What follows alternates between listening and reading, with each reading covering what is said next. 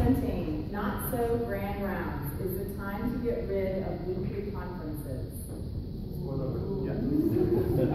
I'm Jeff Riddell. I don't list my institutional affiliation for this talk because I don't want to get in trouble with my chief if he's here.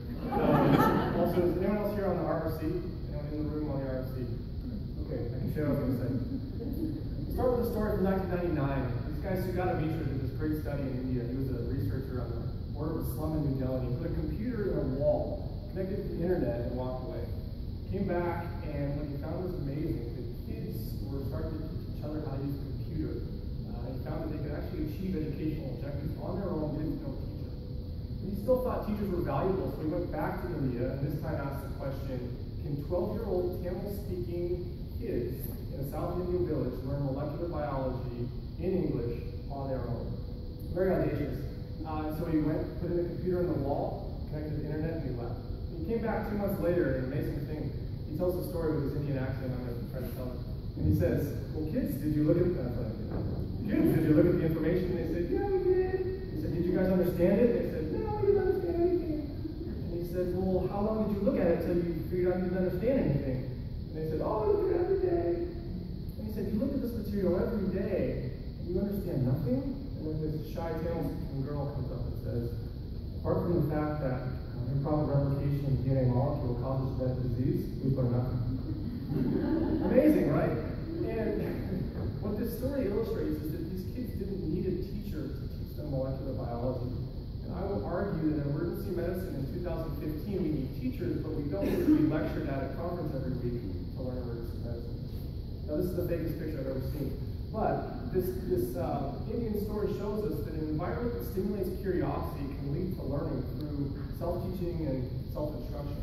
We don't really need to be lectured at anymore. The whole idea of our weekly conference comes from Osler lecturing at Johns Hopkins in like 1913. And fast forward 100 years, and look at what our conference looks like. Facebook, sleep. I don't even know what you guys are doing in front of Jimmy. But I think there's a better way forward. Let me tell you about 2 studies that might point us a little bit in a better direction. 2011 study, these researchers looked at brain activity. People looking at a computer screen that could move, half of it could move this little window to see the object behind the blurred wall. And the other group had to follow a replay of someone else moving the window. And what do you think they found?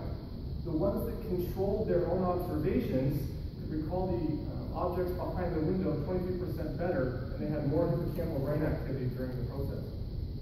A 2009 study was pretty cool. These researchers had 48 kids and they gave them a toy. And so one group they said, here's this toy, it does like 6 or 7 different things. They said, here's one thing the toy does, go play with it. And to the other group, they give the toy, but they don't give any instruction. They just say, here's a toy, go on your own stuff. And what do you think they found? The ones that were given instruction on what to do really only figured out like 4 attributes of the toy. And played much longer. So what I'm saying is knowledge is not something anymore, if it even ever was. It's not a commodity that's passed from teacher brain into learner brain. It's something that emerges from our own curiosity-filled exploration of subjects. And I like how they're like holding arms here as the guy who lectures to them. It's really cute. That's not how it works. Before I completely malign the lecture, I agree with what Almost said 2 days ago here at this conference. There is still a role for lecture. Lecture can inspire. The spoken word has value. But the key word is to inspire, not to translate all of emergency medicine core content into our heads. There's a big difference there. See, lecture only gets at that, second rung of this pyramid of learning and medical education. And what we need to do is go deeper. We need to say, to discuss, to demonstrate, to say, hear, and do, and hopefully to teach each other. We need to be able to engage in small groups, to interact with one another, to do SIM, to flip the classroom, etc. And we need shorter and fewer lectures in order to do that. So what we need is the RRC to give us the time and the space to make that happen with more asynchronous learning. Blank slide, key point.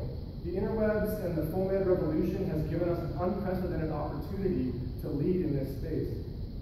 And our millennial learners are a different group, and we need to meet them in that space. I'll leave you with this quote. We have outrun an educational system framed in simpler days and for simpler conditions.